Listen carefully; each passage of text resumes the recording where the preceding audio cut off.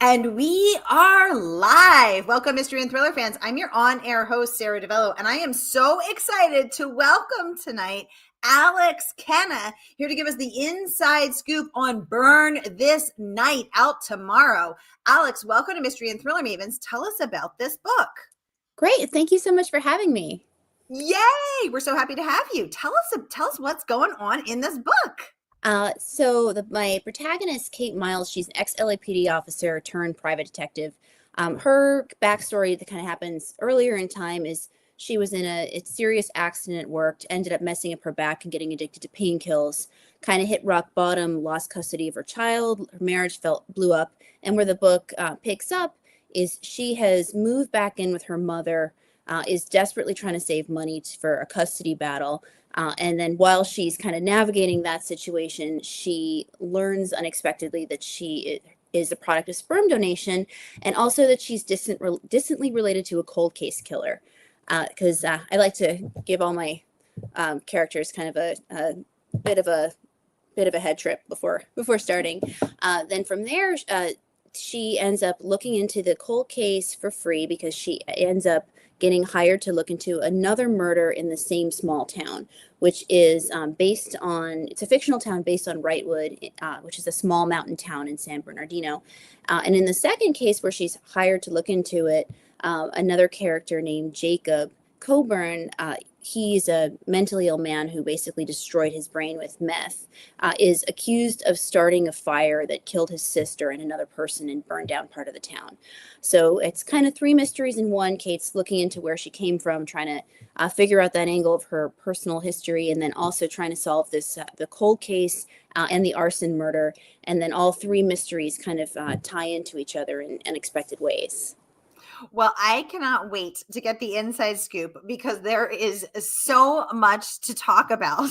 And I know I did my 23andMe and sadly found out I was not related to any murderers that I know of yet. So we have a lot to just, and I kind of was hoping for a shocking scandal, but alas, it just was what I was expecting. So I can't wait to talk about that and so much more. But first, I just want to welcome everyone because we are broadcasting live to 6 different destinations across Facebook and YouTube. So mystery and thriller loving friends, no matter where you're watching from, you're in the right place. This is the right time. It is Mystery Monday, and because Mondays can be murder, we're going to make it a little less painful and get your week off to a killer start. If you've been here before, you know the drill. And if you're new, welcome, mystery friends. We're so happy you're here. Here's the drill.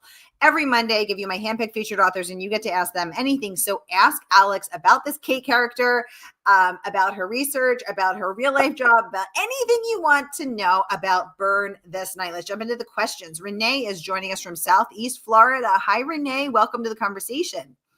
Randy is joining us from YouTube saying, hi, Sara. Thanks for another Murder Monday. Oh, Randy, you know it's my pleasure. Good to have you here, sir. Renee says, not you. Oh my goodness. Okay. Oh, who has done 23andMe? Me. I sure have. Alex, have you done 23andMe? You know, I didn't, but both my parents did, and I did. I was on ancestry.com, so that was kind of went down a rabbit hole there. And I'm not sure if I found a murderer, but there was, one relative who had a lot of husbands who died pretty close together. There's some overlaps. Didn't see a lot of divorces. It got a little weird, but yeah, nothing confirmed. In your family? Oh yeah, I think maybe a great grandmother where I just kept finding husband after husband and mysterious death after mysterious death, and no divorces. So, at some point I feel like I need to kind of go down that wagon and see if there's any foul play. But we are going to need you to go down that rabbit hole, Alex Kenna, because I, for one, need to know. Robin, welcome to the conversation, joining us from Facebook. Good to see you. Thanks for tuning in. Okay, Alex, let's jump into some of these questions. My shirt says read books, read books, read books, read books, read books. Thank you for asking about my shirt. I'm very into book themed shirts. And I realize it looks a little blurry because I think so I hope it's not giving anybody it looks like it's moving a little bit. I don't know why. Okay, Margaret is joining us from Portland, Oregon, saying, I have done 23andMe. Margaret, any murders in your family tree? Let us know in the comments. Anything scandalous?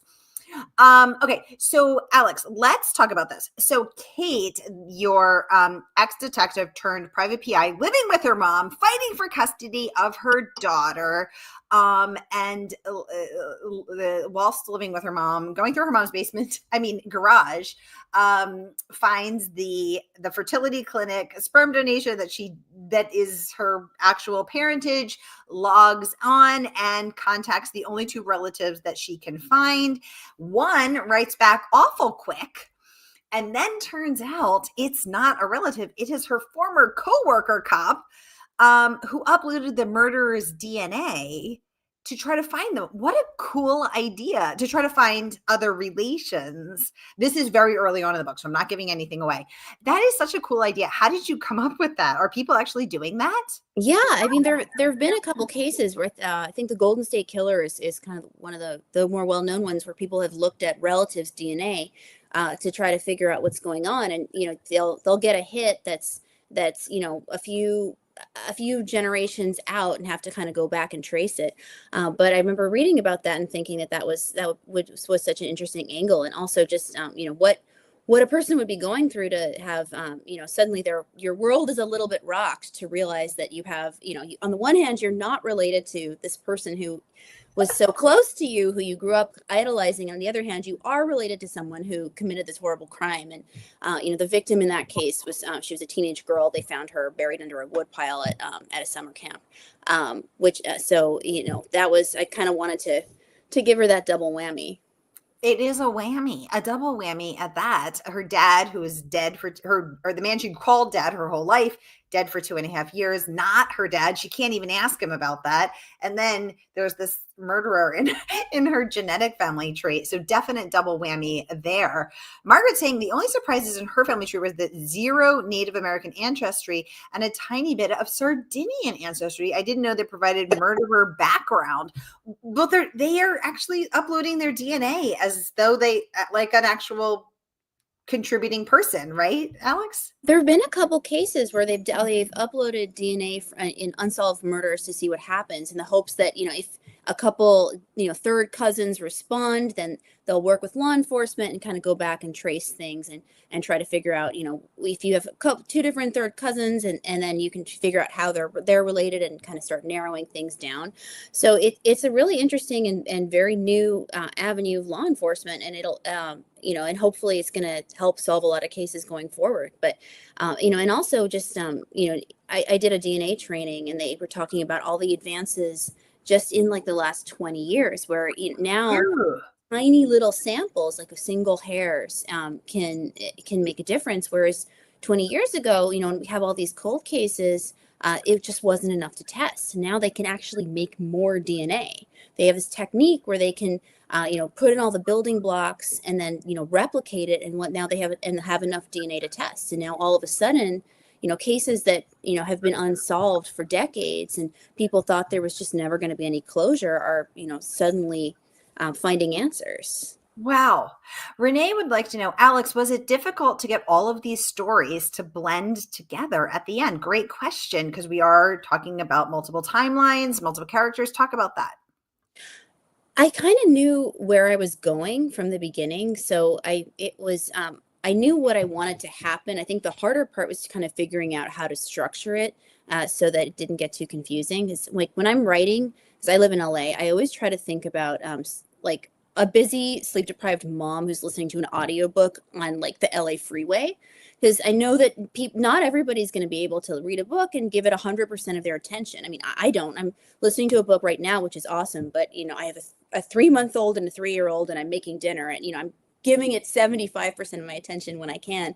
So that's, I think having a book with a lot going on, that's kind of the biggest challenge of figuring out how you can get everything in and, and make an interesting, complicated story without people just kind of scratching their head and realizing that they missed a tiny little detail 50 pages ago.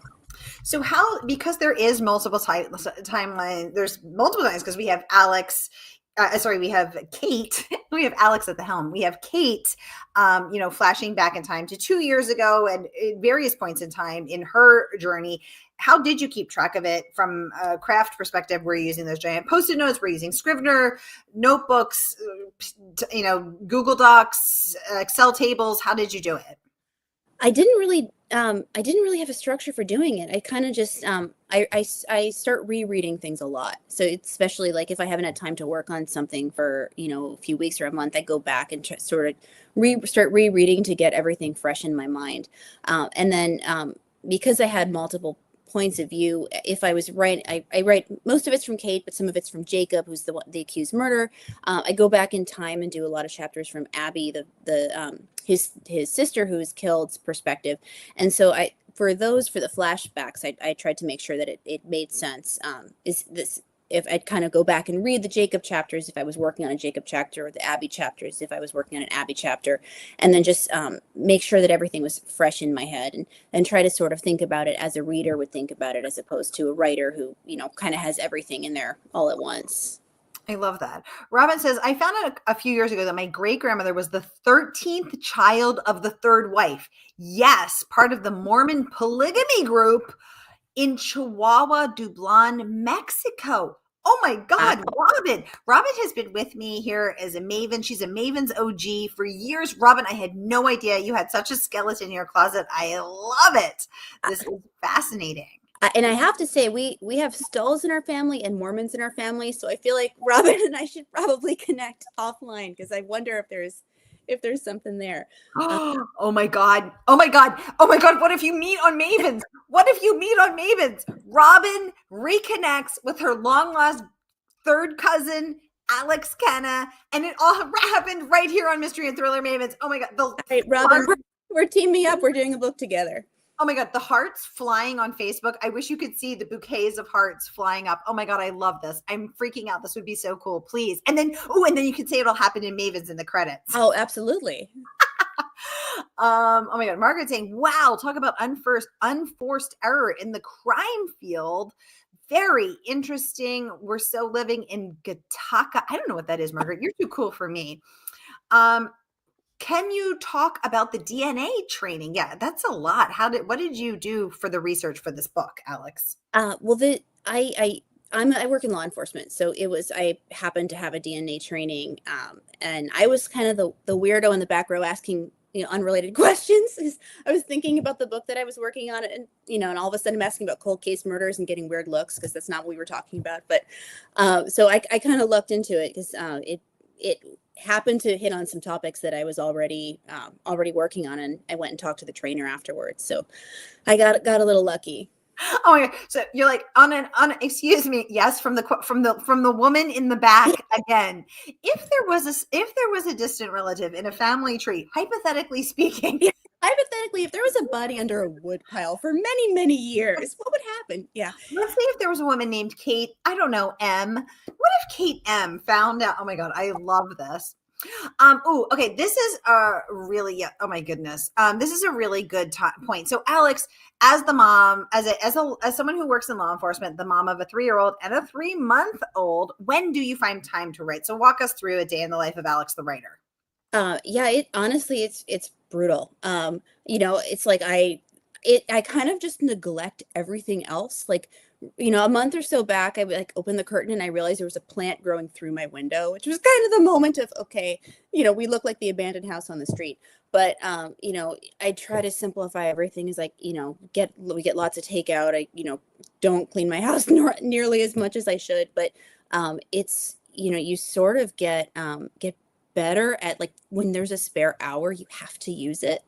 And lately I've been forcing myself to do like 500 words a day, because you can kind of bang out 100 words here and there. I was reading an interview from another writer who's a dad, I think, with a couple of young kids, and he was talking about picking up his kids at school, and you're waiting for them to come out, and then banging out a couple paragraphs, and I was kind of nodding along, because it really is like you steal the 10 minutes here and the 20 minutes there, and you have to kind of make it add up. And on the one hand, you don't have the luxury of, basking in writing time, but on the other hand, you're really focused, I think, when you know that you only have little tiny tidbits here and there. And so, the stress of that kind of helps in some ways. Oh, I like that. John, welcome to the conversation. Joining us from Northeast Ohio. Good to have you. Renee is saying thank you for that answer. Robin saying, too funny, cousin Alex. I know. Yeah. Oh my God. I'm getting so excited again thinking about it. Randy saying, my mother was a Hatfield. My great grandfather was Devil Ains. Oh my goodness. Randy coming in hot with the skeletons in his closet. I am loving this conversation. I am totally here for it. Margaret is clarifying Gattaca, probably saying that wrong. The 1997 dystopian film with Uma Thurman and Ethan Hawke, and eyelash blows his cover. Whoa, I love Ethan Hawke. I'm going to go have to look that up. Thank you for that recommendation. I know. Yeah, I know what I'm watching tonight. Thank you. Exactly. Alex, let's jump into some of the incredible praise that this book has earned. I want to talk first about this review from Publishers Weekly saying the twists keep coming in this devilish PI mystery. Y'all know I love me a good PI. Lisa Unger fans will devour this. So I was really excited to interview you because I've interviewed Lisa 7 times. So I was like, okay, if fans of Lisa will enjoy this book, we've got to have you on the show.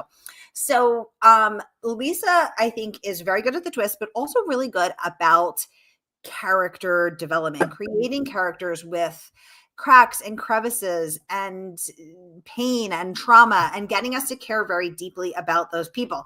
Now, in Kate, and obviously in Jacob, we have some struggles. Kate recovering from addiction, having lost custody of her, beloved daughter, only gets to see her twice a month.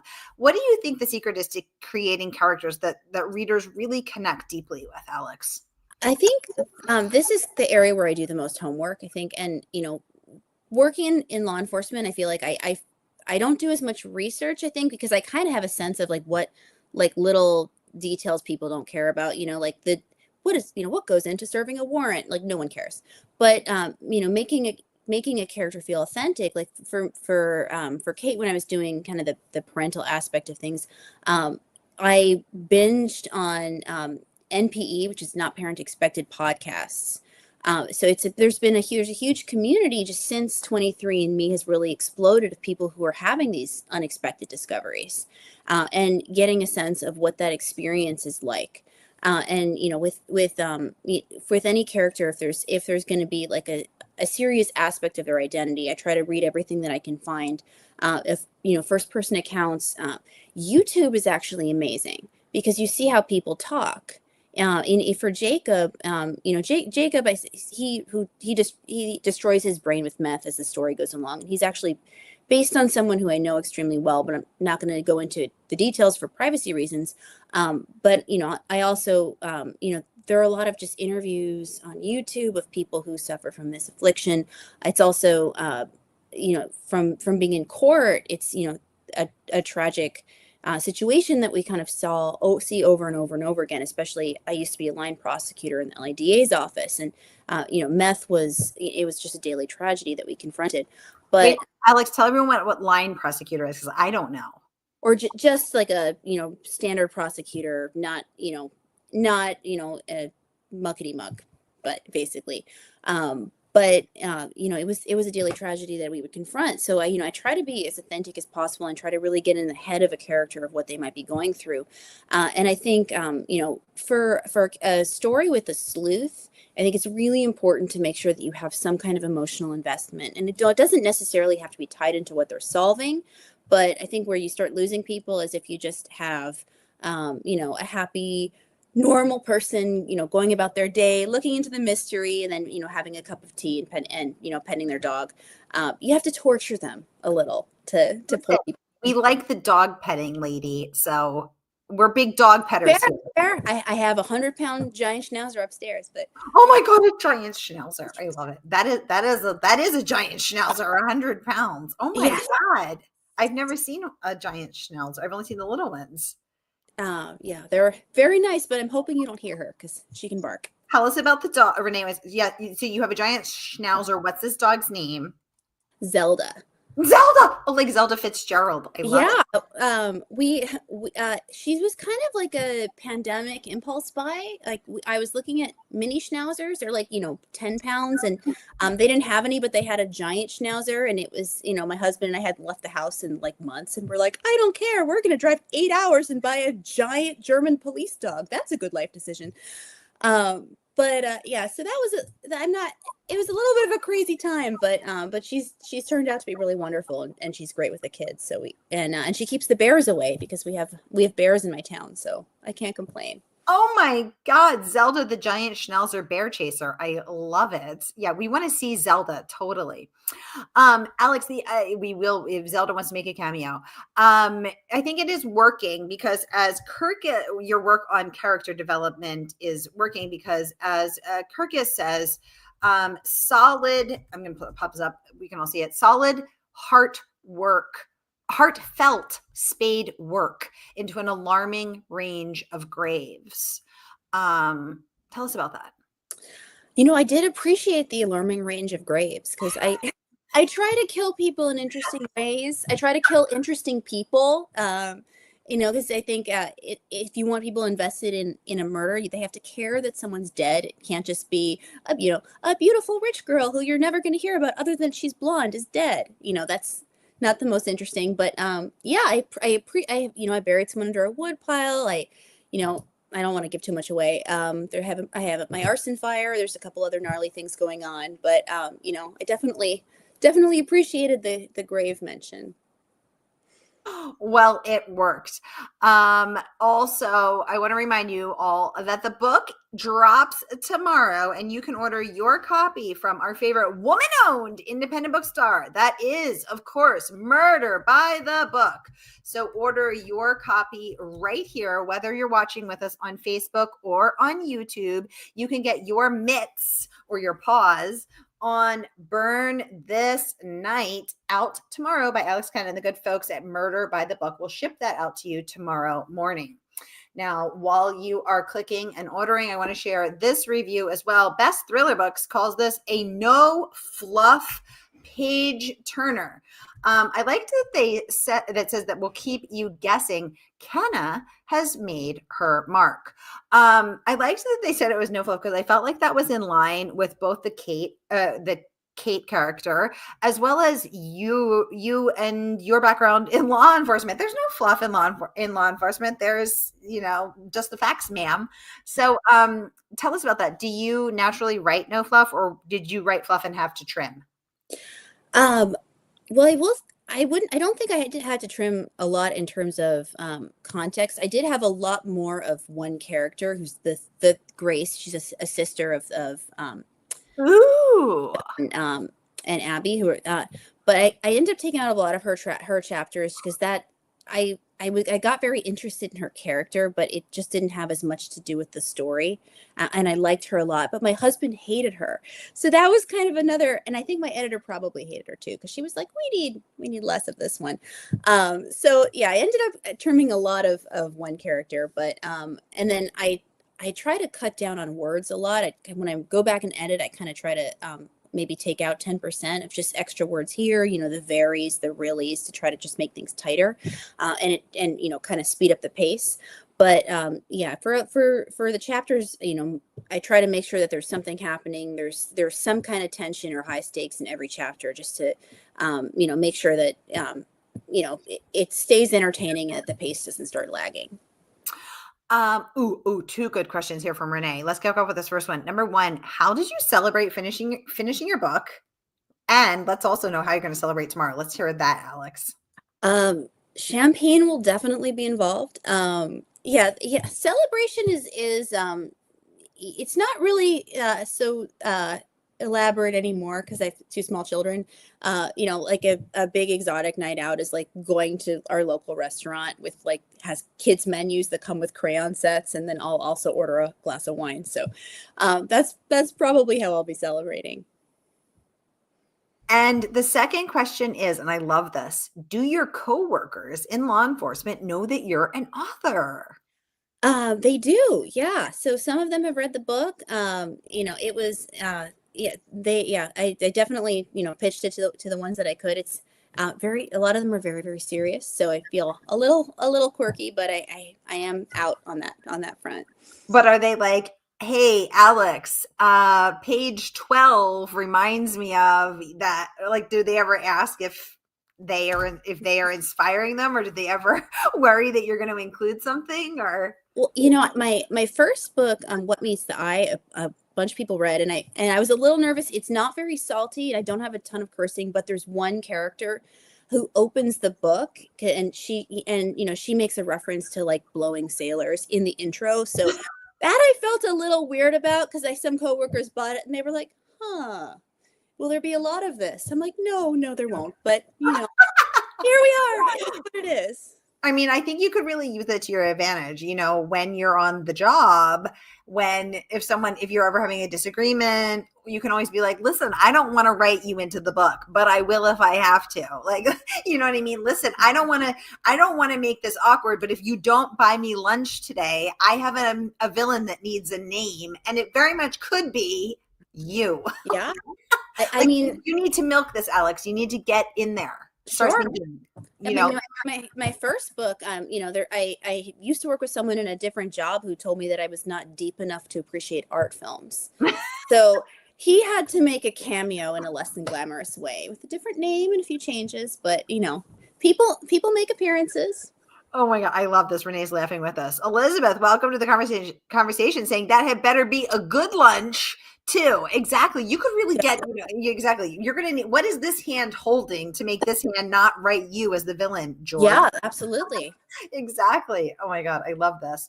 Book review crew calls this book a true page turner, full of twists, turns, and suspects, which are three of my favorite things. And they are not the only ones raving. First Clue coming in hot, weighing in with this deeming the book a thoroughly, let me find it here, enjoyable read. And crime fiction critic praising your ability to write a fast-paced book. Let's pop this up so we can take a peek. Burn This Night delivers a near pitch perfect plot. That is high praise, Alex. Pitch perfect plot is very high praise. I think I would get that framed probably. The Bolo book review also praising your ability to write, Kate, saying Kate Myles, via Alex Kenna's writing talents, has staked a claim as one of the great unforgettable heroines of crime fiction. Congratulations on that, because there's some really strong role models out there, and they are praising your ability to do that. Red Carpet Crash, talking about the well-placed twists and saying what a great psychological thriller this is. The praise goes on, and I have put that all in the comments so that you can read them at your leisure. I did want to get into some of the author reviews as well. Elise Hart-Kipnis, whose book launch I just hosted in person 2 weeks ago, saying, I'm going to pop this up, saying that this is utterly absorbing. Alex Kenna skillfully weaves a tale of two women who both face emotional and physical danger as they fight for truth and family love. Kenna masterfully draws the reader into the dark exploration of secrets hidden in small towns and the depths that some will go to hide the truth. With fiendishly smart dialogue, I liked that, a captivating setting, and a plot that keeps you on the edge of your seat, Burn This Night is absolutely fantastic. That's coming in from Elise Hart-Kipnis. Congratulations. Thank you. Yay. All right. I want to remind you all that the book comes out tomorrow, drops tomorrow, and you can order it tonight, again, from our favorite woman-owned independent bookstore. That is Murder by the Book. So you can get your mitts on the world of Kate Myles, Jacob, Grace, and the many twists and turns in hand. Renee, thank you for joining us. Alex, Kenna, thank you so much for joining us. Y'all, go get yourself a snack, get yourself a drink, and I will be back at the top of the hour with Don Bentley and the latest in the Mitch Rep series. Stay tuned until then.